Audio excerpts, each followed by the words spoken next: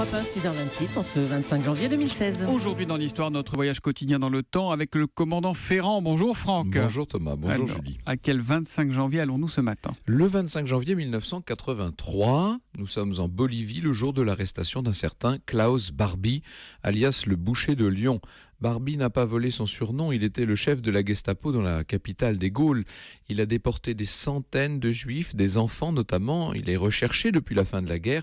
Il a été condamné 2 fois par contumace. Et comment le retrouve-t-on en 83 en Amérique du Sud ? Vous savez, ce sont Serge et Beate Klarsfeld, les chasseurs de nazis, qui ont repéré sa trace en 1971.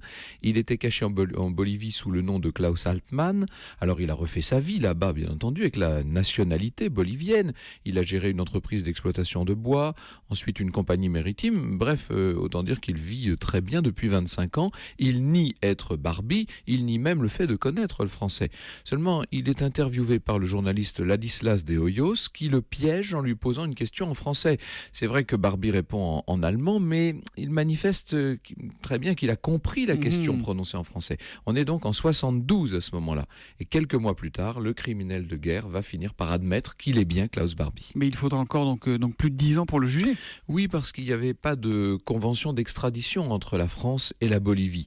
Beate et Serge Klarsfeld, ainsi que la mère d'enfants déportés par Barbie, vont faire énormément de bruit pour attirer l'attention de l'opinion publique. L'intellectuel Régis Debray, de son côté, va proposer d'enlever Barbie, mais ce sera un échec.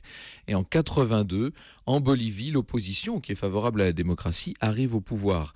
Barbie est arrêté dans la foulée, donc ce 25 janvier 1983, il est extradé vers la France et le procès, lui, ne commencera qu'en 1987 devant la cour d'assises du Rhône. Il sera reconnu coupable de crimes contre l'humanité, condamné à la prison à vie.